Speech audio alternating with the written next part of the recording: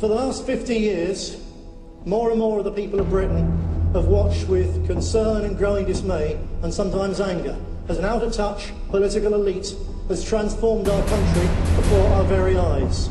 It's not just a matter of mass immigration, although that's the most obvious symptom of it. It's handing us over to rule by unelected bureaucrats in Brussels. It's turning the commonwealth of this country, our public services, into private profit centres for giant corporations. It's banning St George's Day festivals while encouraging everyone else to celebrate their festivals, usually with taxpayers' money. In so many ways, the Liberal elite have transformed this country, and as they've done so, they've forced people to be quiet about it, with laws which make telling the truth an offence, imprisonable offence. The anger of the British people has been held behind dams, walls of lies, growing ever taller and ever thicker for the last 50 years. But tonight, in the northwest of England and in Yorkshire, the British National Party and hundreds of thousands of voters who saw past the lies of the Sun about the Pilgrims, who saw past the lies of the Express and rags like the Majesty News, hundreds of thousands of voters have given their verdict on the dam of lies of the old party, and tonight the British National Party has breached those dams of lies. The waters of truth and justice and freedom are once again flowing over this country. It's a great victory. We go on from here. The BNP's new look seems a far cry from the old boots and bully boy image, but how fundamental are the changes that have taken place within the party? We uncovered increasing evidence of a secret, darker side to the BNP, in contrast to the public face that they're trying to present to the British electorate. Nick Griffin spoke at a private meeting of white nationalists in Texas. We've obtained a video of the speech. Beside Mr. Griffin sat David Duke. Mr. Duke is a former leader of the Ku Klux Klan, an organisation with a violent history of lynchings and murders of blacks. Nick Griffin confided in his right-wing audience that he and his party had a new strategy to sell their ideas to the British people.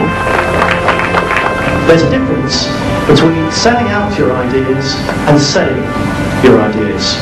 And the British National Party isn't about selling out its ideas, which are your ideas too, but we are determined now to sell them. And that means basically to use these saleable words, as I say, freedom, security, identity, democracy. Nobody can criticise them. Nobody can come at you and attack you on those ideas. They are saleable. Perhaps one day, once by being rather more subtle, we've got ourselves in a position where we control the British broadcasting media, then perhaps one day the British people might change their mind and say, yes, every last one must go. Perhaps they will one day. But if you hold it out as your sole aim to start with, you're going to get absolutely nowhere. So, instead of talking about racial purity, talk about identity. So once again, the so-called New Style BNP is just a front run by old-style extremists.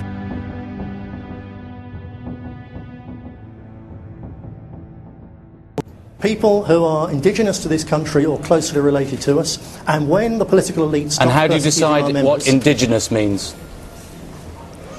You just look, you just know.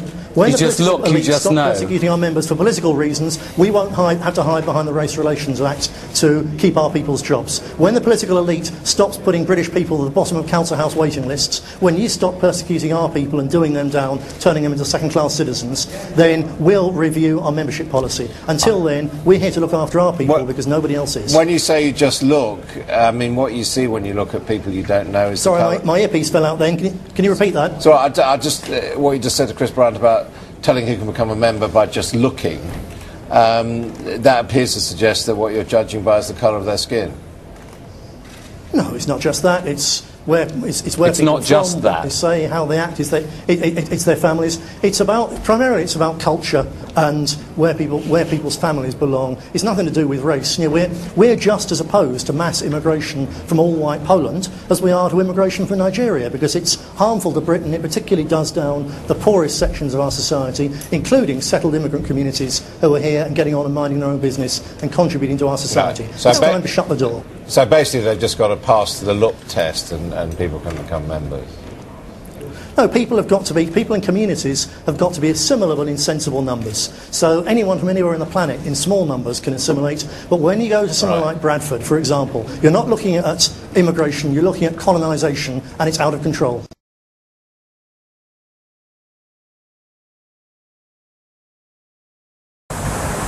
Griffin's 5-year plan was in tatters. The game was up, and he knew it. I'd like to discuss with you your secret. Oh, really? Isn't that really clever? It's not secret, is it? Yeah, I'm going to do What about your secret agenda for this country? What about your wishing to take power by the boot? No. What about your... Fill the ballot box. BNP! You also say the Holocaust didn't happen, don't you? What do you mean by the Holocaust? The massacre of millions of Jews.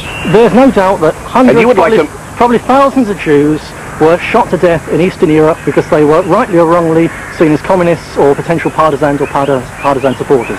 That was awful. But this nonsense about gas chambers is exposed as a total lie.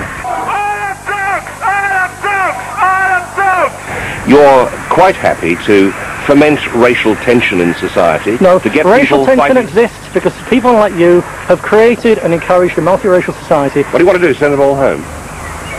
Yes. You would force them to go whether they want to go or not, whether they were born here or not, wouldn't you? Ultimately, yes. The next 5 years are crucial to whether Turkey is allowed to join the EU or not. We believe the advent of Turkey, 80 million low-wage Muslims having a right to come and work in Britain, would be a disaster, and we want to be there to oppose that as much as possible. But you say you're a well-rounded party with a full-blown economic policy. On economics, you must read, as everyone else does, the demographic argument that says Britain is an ageing nation, we have an ageing population, we have these huge pension time bombs and the rest of it. We actually need immigration. We need younger workers, wherever they come from, to come in and do the jobs that Britons can't or won't do. Would you let the Gurkhas in? Yes, we would. We run at the Why? start. Because they're culturally and racially distinct. Yes, they are, but the ones who've actually fought for this country, who are very sick, we would let them in immediately with no problem at all. And what about the hundreds of thousands of Indians and Africans who fought for this country during the Second World War and their relatives? We said quite openly about the Gurkhas at the start that because Britain is full, we couldn't take 100,000 extra people and their relatives without having some people leave. If we could swap the Gurkhas for instance, the 100,000 Muslims. How quickly would you get them back into the private sector? Well, we would have let the banks go to the wall because they were destroyed by their own corruption, their own greed, and the government after government has told us you can't bail out steel industries, you can't bail out fishing, you can't bail out coal. As soon as the banks are in trouble, they bail them out. They should have let them collapse. The government should then have picked up the pieces, the assets, and incorporated those into a national reconstruction bank. Our vote increased from 808,000 to 943,000. That's a 17% increase on a falling turnout.